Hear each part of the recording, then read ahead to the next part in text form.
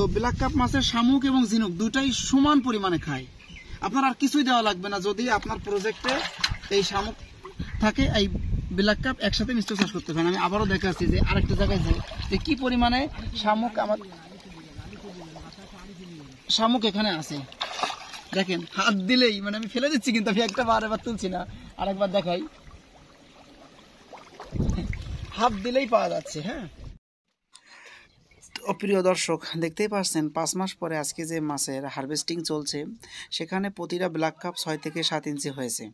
তো এটা তো আর এমনি এমনি হয়নি, তাই না? এটার পিছনে আমাদের শ্রম দিতে হয়েছে। তবে ফ্রি খাবারে এটা তৈরি করেছি, সেটা ছিল এই যে শামুকগুলি দেখলেন একটু আগে, এই শামুক বা গুলি খেয়ে আজকে এই সাইজ হয়েছে।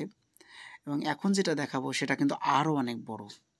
এটা 8 কেজি সাইজের একটি মাছ, যেটা 100 টাকা এক পিস মাছের দাম পড়েছিল যেদিন কিনেছিলাম। আজকে সেটা 2400 টাকা, 8 কেজি একটা মাছের দাম 2400 টাকা হয়েছে। সুতরাং এই মাছের লাভজনক। আপনারা চাইলেই শতক প্রতি 5 থেকে 6 পিস দিয়ে চাষ করে দেখতে পারেন। আমাদের পুঁটি মাছটি দেখুন, পুঁটি মাছটির সাইজ অনেক ভালো।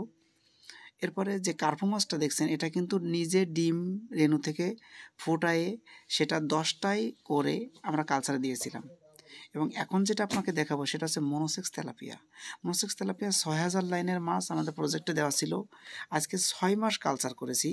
সেটা দেখতেই পারছেন নিজে যে 600 থেকে 700 গ্রাম একটি তেলাপিয়া।